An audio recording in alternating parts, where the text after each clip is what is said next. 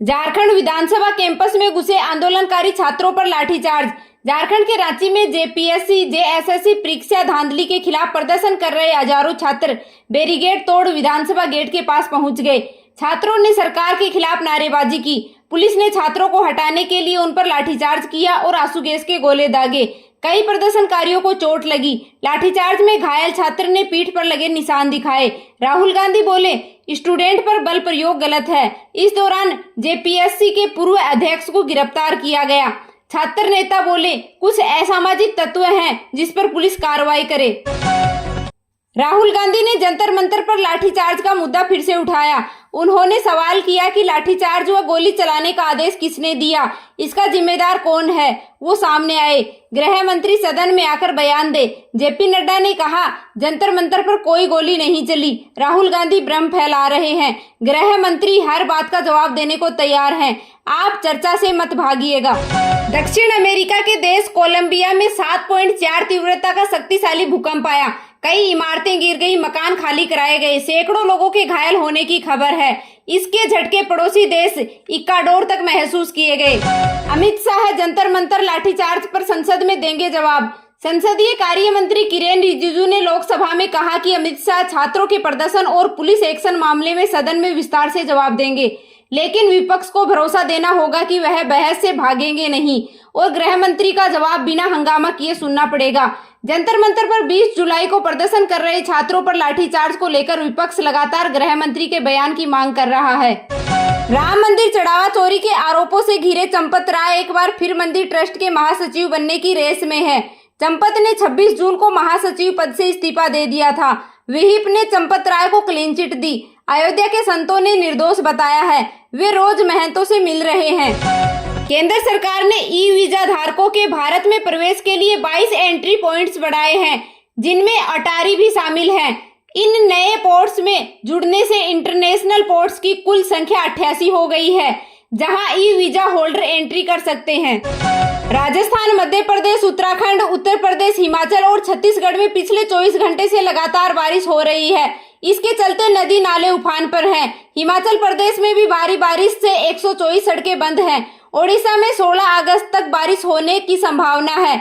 मौसम विभाग ने अगले 24 घंटों में दिल्ली में लगभग 60 किलोमीटर प्रति घंटा की रफ्तार से आंधी तूफान और बारिश की संभावना जताई है। राजस्थान के जयपुर स्थित काणोता और झालावाड़ का कालीखाड़ डैम ओवरफ्लो हो गया है। झालावाड़ के झीकनी गांव में स्कूल में फंसे 30 बच्चों को गांव वालों की मदद से रेस्क्यू किया गया। बाड़मेर और बीकानेर में सड़कें डूब गई। कई जगह दुकानों और घरों में पानी घुस गया। मध्य प्रदेश के राजगढ़ में निर्माणाधीन पुल पर भारी बारिश के बीच इको वैन नाले में फंस गई। वैन में 11 लोग सवार थे। हादसे में 9 लोगों की मौत हो गई।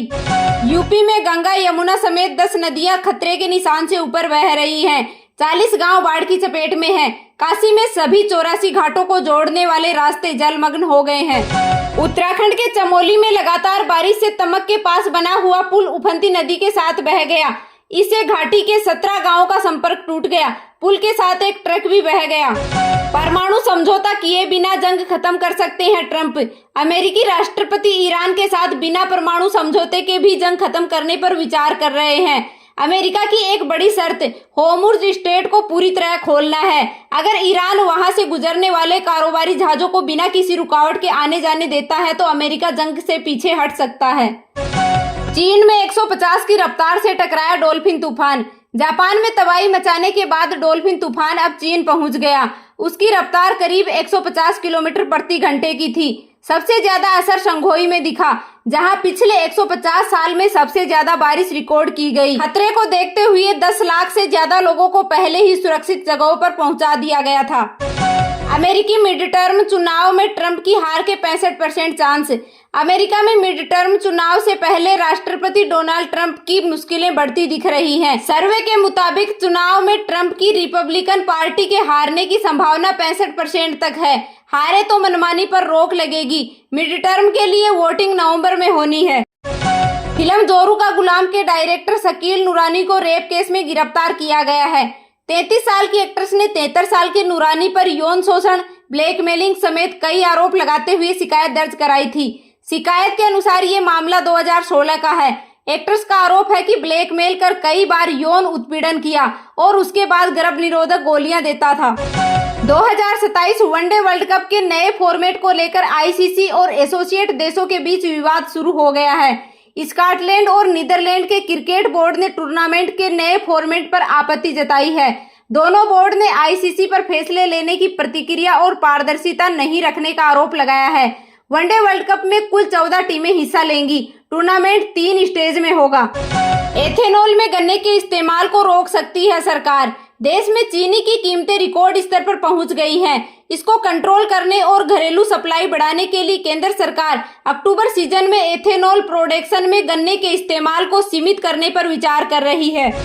डाबर ने एफएसएसएआई पर भेदभाव का आरोप लगाया। कंपनी ने कहा एफएसएसएआई प्रतिस्पर्धा में शामिल अन्य मैन्युफैक्चरर्स के कॉमर्शियल हितों को बढ़ावा दे रहा है। डाबर का दावा है कि प्रोडक्ट्स को तुरंत बैन करने के आदेश से उसका 150 करोड़ रुपए की वैल्यू का माल नष्ट होने के जोखिम पर आ गया था।